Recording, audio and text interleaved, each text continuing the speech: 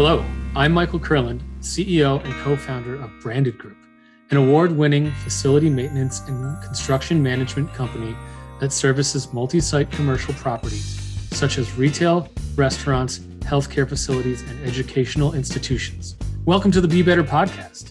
Each week, I interview thought leaders from a variety of industries who will share their stories and the lessons they learn as they strive to be better for their clients, partners, employees, and their community. Are you ready to be better? All right, so welcome to another episode of the Be Better podcast. I am your host, Michael Kurland. We started this podcast recently to interview people that are just doing things better in their own industries. So today my guest is Will Maloney. He has been my personal trainer for, I want to say, almost 5 years now. It's been that long. And he brings such a different thought process to being a trainer. I'm going to let you talk a little bit more about that. Will, why don't you introduce yourself and what it exactly is you do? Thanks, Mike. So I've been in this business for a little bit, and I came across health and fitness and human performance back when I was a young guy, back in my early teenage years when I had my own health issues that I needed to figure out. And so with my own testing and trying and direction choosing, I got ground, and then I decided to make it official. And so I began my certification when I was 19. And then that progressed all the way through being fortunate to work with companies like Equinox Fitness and being able to work and being mentored by the head coaches from USA Olympics in the weightlifting category to coaches in Australia through a company called King Sports International, which they were the early pioneers of the strength and conditioning field back in the early 70s, and all the way through to current, where I was spending many times and many years with Equinox Fitness as an educator and also a coach and a trainer there. And there's been some journeys along the way, bumping shoulders with some head coaches from the strength and conditioning team of the Lakers, and also getting a chance to spend and being mentored by some New York Times bestsellers in the category of self-development and personal development. So I've been fortunate with some of the people that have come my way, and they were willing to share what I would needed to learn, and I'm here to share some best practices that I've gathered from their experiences in my own lens. Yeah, and I mean, you were just such an easy thought process to bring you on the show because I say trainer, but you actually refer to yourself as a health advisor, which I think is such a cool way to describe what you do. And it's not just, the personal training aspect. And obviously with that resume you just went through, I mean, the years of experience and the people that you've come across is amazing. So tell me a little bit more about health advisor and how you came up with that. That's, for me, that's interesting. So the health advisor came from just I saw as a need.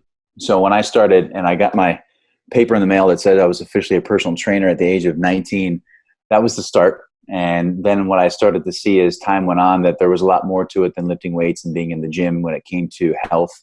And so, I think that I just saw that. I don't think that other people do that, but I saw that there was a need to expand what I would be able to do in terms of giving people guidance.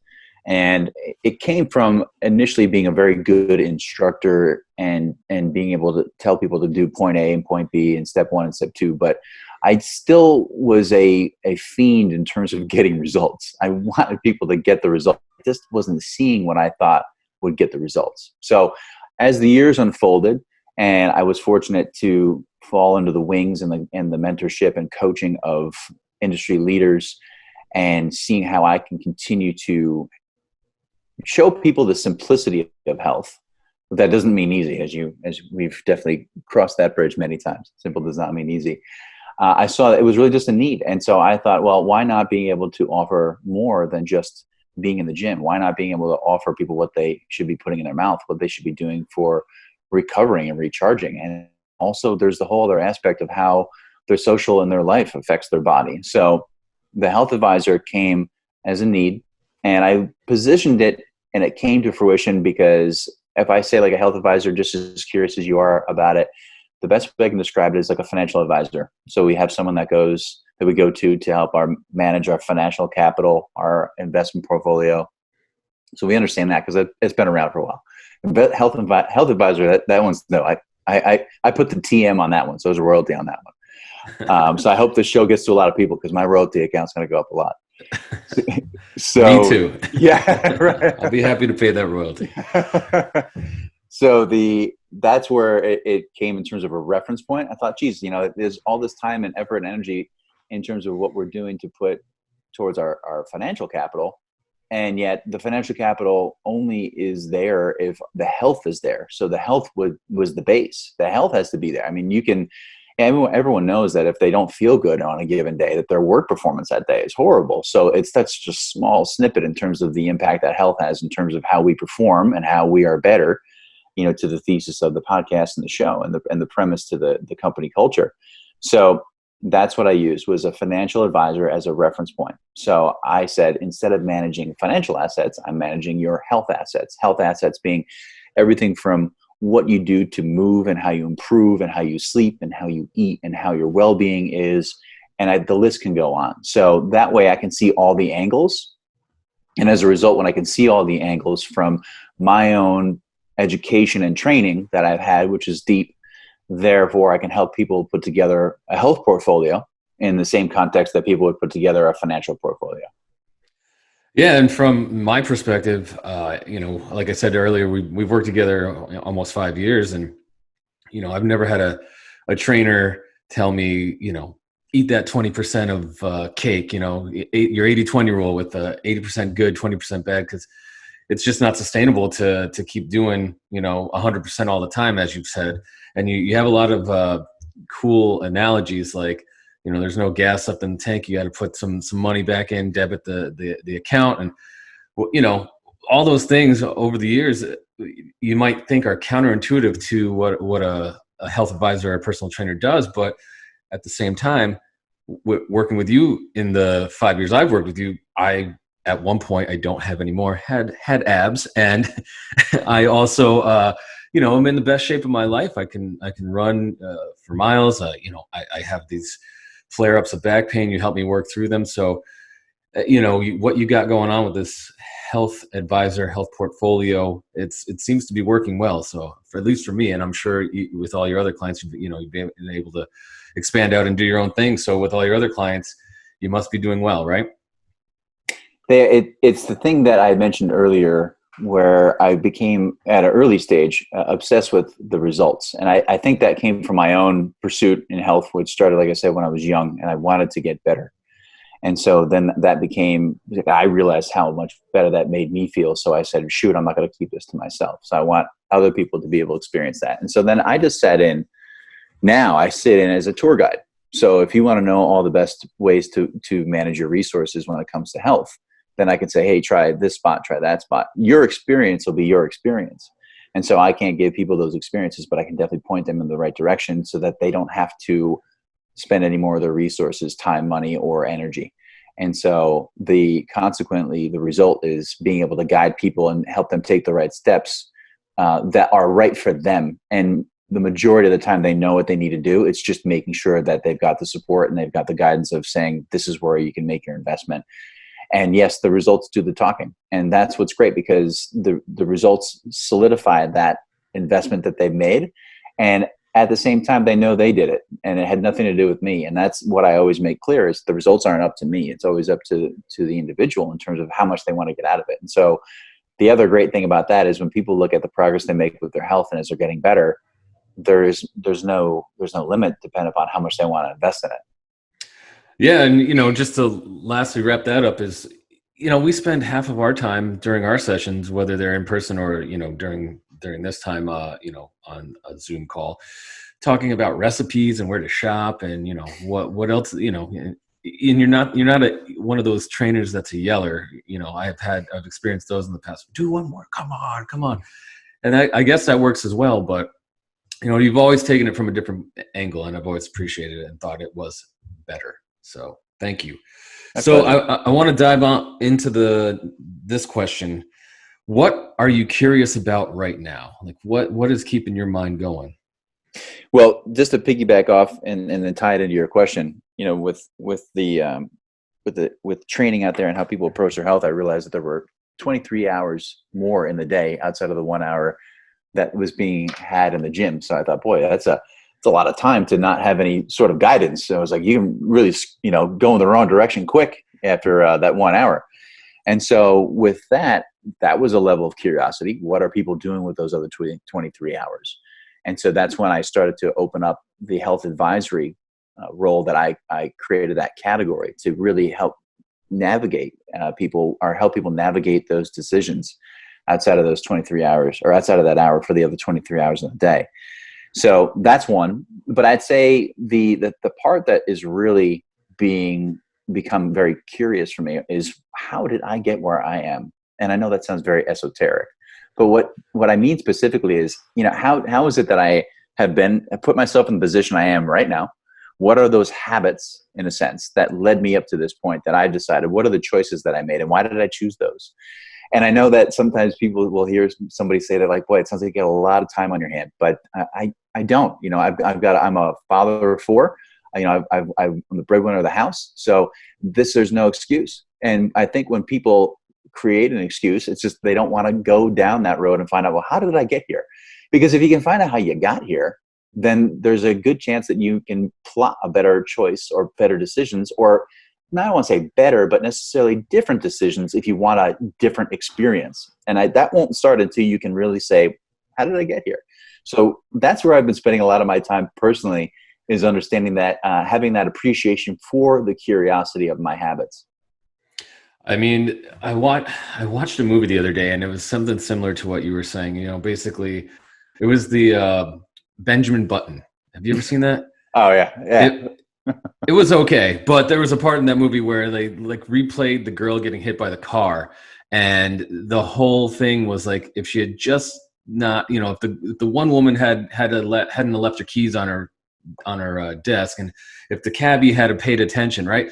So kind of in theory to what you're saying, there's all these things that get you to where you're at, and like, how do you unravel them? And if you're not in a place you want to be, to be better and get to that point. So I like what you're saying. I recently read a book, Atomic Habits by James Clear. We've talked about him. You've said you've come across him in some circles, correct? Yeah, I never met him formally, but I've interacted with James informally through a lot of his messages, and he's good. He's good about directly responding, and I've connected him with a couple people, and I love his content because it's just cut from the same point where I'm coming from in terms of habits. And what's great is just taking a 20,000 foot view on this and stepping back, is that everyone's got their angle on something.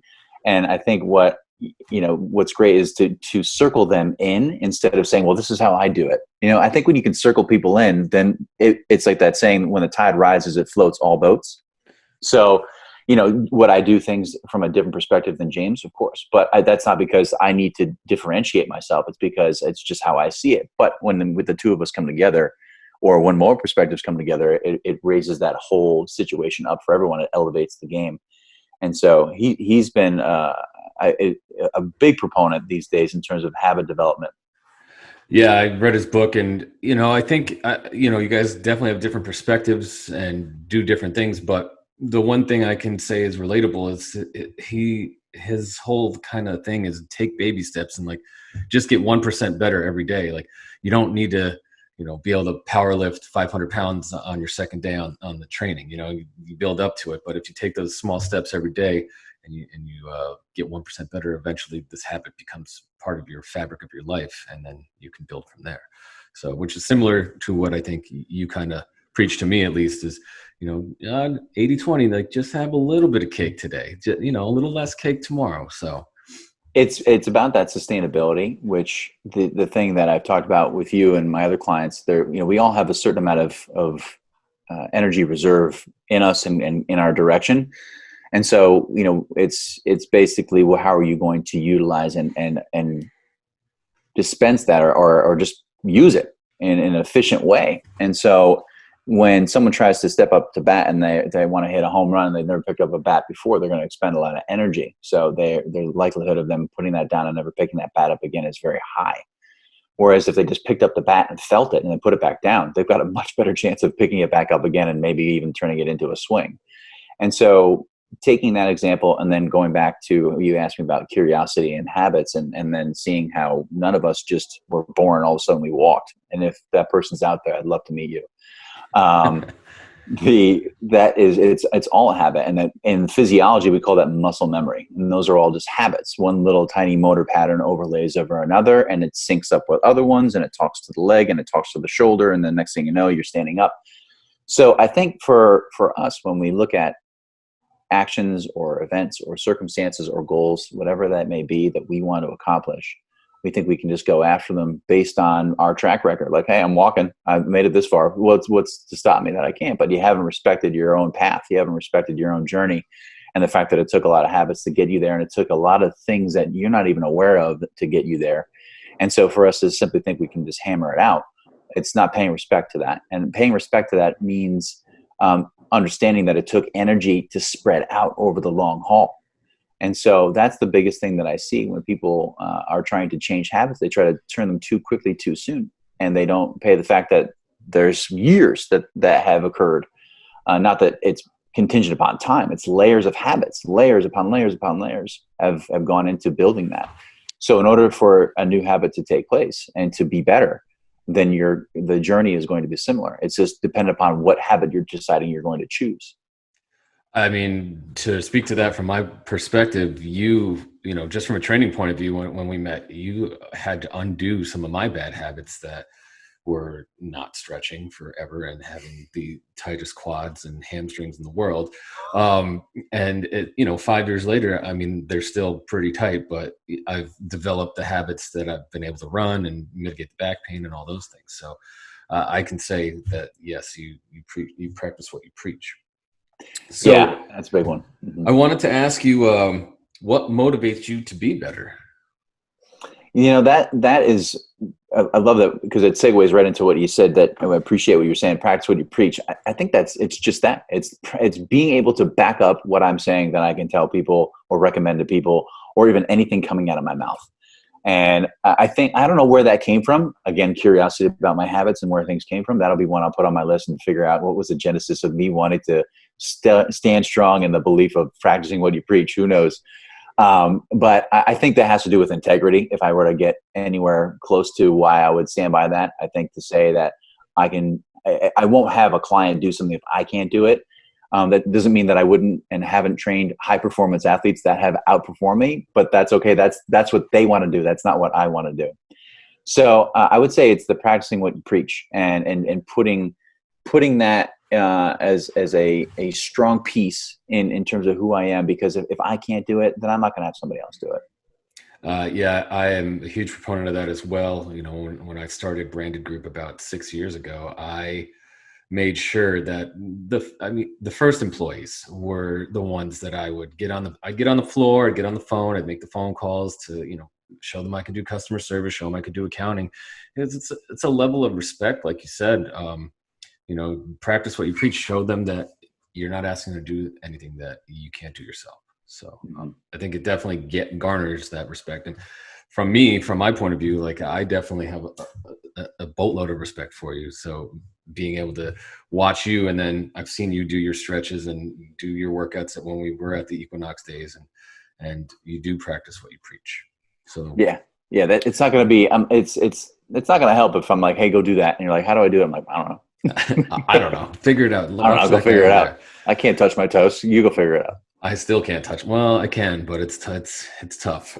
But so this is one thing that I've been focusing on in 2020, and especially with this pandemic that's going on, it's kind of been a little bit more difficult, but I've been trying to focus on being better to myself this year and taking a lot of time for self-care. How are you, Will, being better to yourself?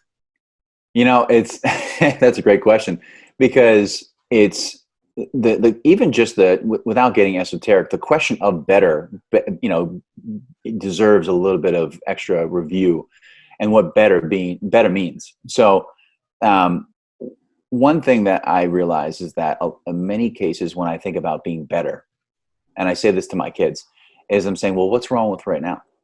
And so that being better, where I've been spending a lot of time recently, is being better at appreciating what I do have. And the thing that is true about that I've seen from my lens is that when you're appreciate what you have and you get better at that, then all of a sudden this need to wanting to be better starts to subside and the pressure eases up.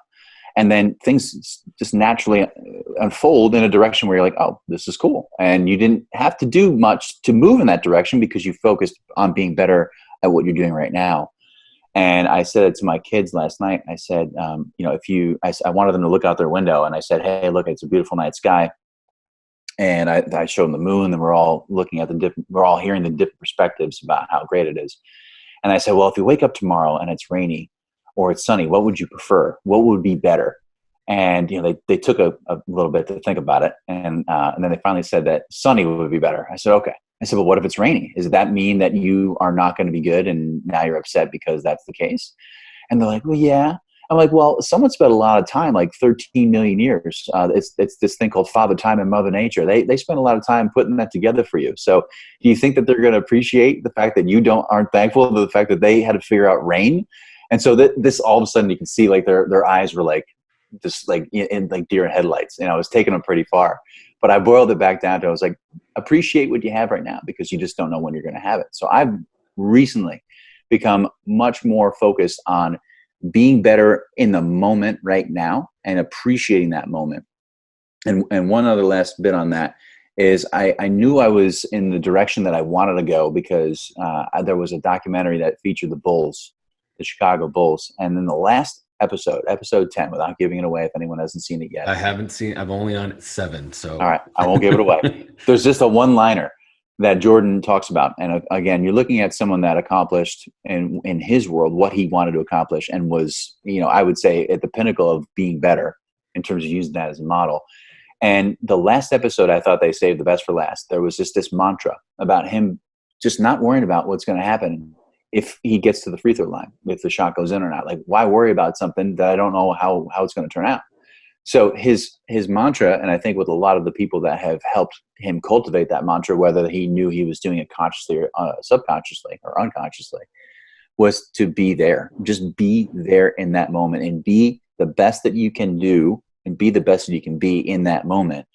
And it's interesting how much of a challenge that is, because you think of the obligations and the schedules and the people that you are supporting and just the connections you have and work. And you're like, how can I just focus on being right now? I've got these things to do. And it does take practice. And I'm along the road and I'm making progress myself. And then so that way it helps when I figure it out, just like as I figured out in my health journey, hey, I did this. Here's something you can try. Yeah, I mean, it sounds like you're speaking a little bit about gratitude here, which is definitely something that I practice. Gratitude journal, I did that for a while. That's been on hold with, like I said, with the pandemic. Have you ever done a gratitude journal? No, I've never written it down in terms of gratitude. If anything I write down, it's just something that comes to me where I'm like, that's great. And I write it down and then I expand on it. And in terms of just daily practice of gratitude, it's as of right now, and it has been recently growing, is it's a moment of gratitude every second, and so there's even moments where if you think something isn't going your way, which I don't know if that's ever happened to anybody else. Right. But if it's not going your way, a practice that I've been getting into, which I know that this statement doesn't seem like it has anything to do with health, but I'll bring it all into health, is when it's not going your way, to take a moment and just say, thanks, no complaints. And it's interesting what that does in terms of taking the pressure of your expectations of how it should go versus how it's just happening right now. And so when you remove the fact of how it should go and just see how it is happening, then you know how to play a better role in it. And what that does is physiologically, it takes all this load off your body. Like, oh my God, I got to go make this happen. I got to crush this. I got to do this. And there's this tension that builds up in our physiology and our muscles. And then we wonder why when we go to stretch, we're like, damn, I'm tight.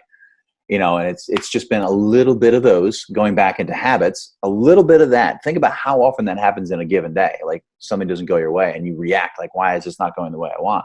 And then you compound that over a day and then series of months and weeks and years. And then people wonder why their health has gone in a direction that they're surprised as to why it's there. And when you manage your health, then you become more adaptable to these things. And it also gives you a different perspective about then how to play a role in these situations, like I said, when they don't go your way. That's great. That's great information. I can tell you, I've been on both sides of having too much expectation and things not going my way because I've set this expectation that was in my own mind, and then being disappointed at an outcome that I had nothing to do with, right? Like I just expected this outcome. I had no way of having any control over it. And then I was all tense or upset about it. And that was the old me before I transformed and moved out here. And now that I'm here, I try not to have expectations of people, at least not my own, because, you know, you cannot control what anybody else does. So you tend to be disappointed if you do have those expectations of people or places or things that you have no control over. And then to your point, you end up having the tightest hamstrings and quads in the world. So yeah, I mean, if you think about it, like if you try to control everything outside of you, then you got a big to-do list. Right. Where if you can just control the ship or the car you're driving yourself, then your odds for success are a lot higher when it comes to health and everything else that you're doing. You certainly can't control how things are going to happen completely outside of you, but when you do it on the inside, like you said, for example, if I'm thinking, oh boy, you know, I don't know if this call is going to go well, and I'm not sure, and I can't control any of that. All I control is just how we're hanging out and chatting here. But physiologically, by doing that, I'm putting a lot of attention on my brain. And so all this blood is going up there, like for this whole call, if I'm thinking that. And so as a result, there's just this surge of energy. And then I can get off the call and be like, man, why is my neck stiff? And that's my point, is like, I'm trying to control like how the call is going to go, other than just me being who I am. And it's just such a sigh of relief physiologically. And so that's how I started to see, for example, like, this is important that I understand this when it comes to health. Because if I'm not addressing this with clients, then I'm definitely having them, and I'm definitely leaving a lot on the table when it's in terms of developing their health capital.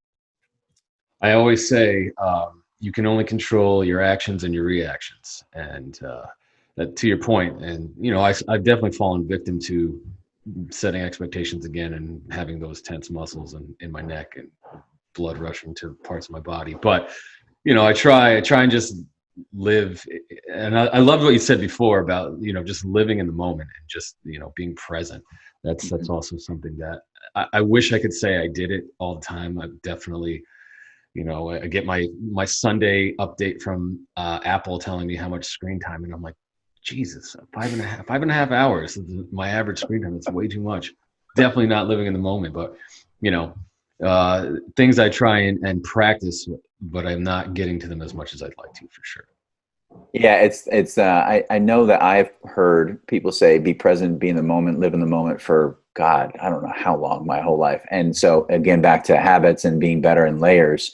Think about how long I've heard that. Think about how long you've heard somebody say that, and it's clicking. And when it clicks, you're like, God, why was that? That was so freaking simple. Why did I not pay attention to that before? And I think we have, in the process of, you know, being better, we should expect it to have some expectations to a certain degree that things are not going to go our way. And when they do, I always love that, actually. And I sound like sadistic when I say that, but I love it when it doesn't go my way, because I know that that's an opportunity for something that I need to overcome. It's a challenge. And so that's good, because if as a result I overcome that challenge, in a sense, I have become better. So when we have those things, at least for me personally, when I have those things not go my way, I'm like, awesome. And people are like, what's the matter with you? I'm like, opportunity for me to overcome that and get better. It's definitely a great perspective to look at it from a glass half full, for sure, which you are that guy. So it makes total sense. So what are you doing currently to be better professionally? You know, you talked about this health advisor, this health portfolio. I love all of that. What are you doing to be better at that professionally, so that our audience can understand why you are the best health advisor in the industry, in my opinion? Thank you. It's interesting when we talk about the professional and the personal. And I think it was about 7 years ago, I had a team working under me, and someone asked about work-life balance. And I thought that was interesting because there's also someone that was a mentor of mine. His name was Arnold Patton, and he's 91. And Arnold has written about 7 or 8 books out there. He's been on Oprah twice, and he was a former mentor of mine. And so when I talked to him about this, he always laughs, and you would have appreciated him too, because he grew up I think in the Bronx. So he had this eventually he had this attitude that would come out that was just so welcome. And he goes, "Why the heck would anyone ever want to stop working?" And the way that he would look at it was your profession is your path. And so when you ask about what I'm doing professionally, I also am, and it's side by side with what I'm doing personally. And so when it comes to profession, my experiences that I have about expanding my own health, or as I call it, my health capital, and expanding it and improving health and opening it up. Hold on 1 second. Sorry. Good. Dog just wants to go crazy because he heard the UPS truck. I'm sure that they'll hey, quiet. I'm sure they'll edit this out. I hope they can. That'd be great. If it doesn't get edited out, it's clearly going to be a great piece to the segment. Live in the moment, right? Here's one of those things where we messed up, and you got to take this as an opportunity to get better. Sorry, go ahead. You were talking about Arnold Patton and why we wouldn't why we would stop working. Yeah, so I was looking at it as, then for me, if my profession has been solely focused on the health segment, and there's definitely no end in terms of improving and focusing on health. It's a constant process, like everything is. And so when I am expanding my health capital, meaning I'm opening up new aspects of my health and experiencing that, then I want to share that with other people. And that's how the professional aspect comes in. And so then that becomes a role of a teacher or an educator, or in a sense, a coach, trainer. And so I'm always expanding that. So the more that I expand, then I say, well, here's a new level, a new layer, a new stage here. This is what, if you want to move forward, I've in a sense gone a little bit further ahead in the learning curve. So that's where I am professionally. And then I can do the same for others when they're ready. Very nice. I like it. Well, this is the kicker question right here that we try and wrap up the show with every time. So I want to know, what, besides being a health advisor, what do you consider yourself an expert at, and what's your best advice for our listeners to become an expert as well? And it can be anything from juggling to walking on your hands, whatever it may be. Interestingly enough, it's nothing physical. Even though I'm in the health industry and been in the training industry for a long time, there's nothing physical that I would say I'm an expert at. Some people would argue, and I'm sure you did, about stretching. But there's the only method to the madness behind that is because stretching, if we look at health as a garden, stretching and flexibility is the soil. So I was like, boy, if I'm going to get this health thing right, I better make sure that my soil is top quality. So I would say an expert at being able to make sense of complicated topics, discussions, concepts in a very not only easy to understand way, but an enjoyable way to understand. And I think you mentioned it earlier, was with analogies. And that is something that I can tell you, I don't work at that. If anything, if I do work at it, I don't know I'm working at it. Other than just trying to come up with something more creative or relatable in terms of how can I explain the arthrokinematic functions of the hip in a way that makes sense to my clients. And so then I'll come up with so imagine a tripod, and then I'll just come up with it that way. So I would say that would be, I guess, my area of expertise, not by my own understanding, but by the constant reiteration from people I meet and clients, and just people like, oh, that's a great analogy. You're really good at that. And so I think the thing I would recommend to people in terms of being how to cultivate expertise in an area is, and which is an area, when you asked me earlier about curiosity, this goes back to like understanding how, like, where did I get where I am and how did I get there? You could go really deep with this on how to become an expert. You could almost call up your parents and be like, what was I good at when I was a kid? But I think the simplest thing to start is look at what people constantly compliment you on, or not even compliment you on, but ask, like, how'd you do that? And the part of you that says, like, why do you think this is special? The part of you that like downplays it, I think there's something there, because I think ultimately we're in a sense hiding the capability of it being phenomenal. and opening it up and letting it be something really a gift to share with other people. So to simplify that and to practice what I'm preaching about, making analogies my expertise, just pay attention to, what you constantly hear your spouse or your loved ones or your coworkers say. Hey, how'd you do that? And just, it doesn't mean that one thing is, but put that on your list and just spend some time with it. And if it seems to continue to keep coming up and you're not spending time with it, then that may be a flower that you're not watering in your own garden. There we go. This morning, our analogy was Tabata style exercises to first and second gear of driving a stick shift car. So right. You do practice what you preach with that as well. Yes, I appreciate it. Well, Will, it's been great having you on. I really appreciate you taking some time to come on the show and talk about how you are being better. If the audience wants to get a hold of you, how can they find you? So they can hit me up on LinkedIn or online through my website. LinkedIn, it's just www.linkedin.com/in/Will Maloney. And if they want to just touch base with me online, it's just willmaloney.com. Great. Well, thank you again for coming on, Will. It's been a pleasure. And, I'm sure we will see each other soon talking analogies and being better at our next workout session on Monday. Have a good one, audience. Talk to you soon.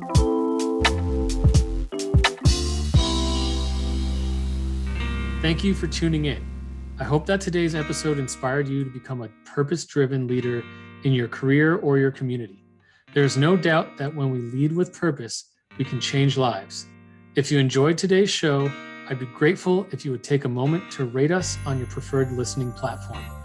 To learn more about Branded Group's Be Better experience and how we provide industry-leading, on-demand facility maintenance, construction management, and special project implementation, visit us at www.branded-group.com. Be sure to follow us on social media, and you can also reach out to me directly on LinkedIn. Until next time, be better.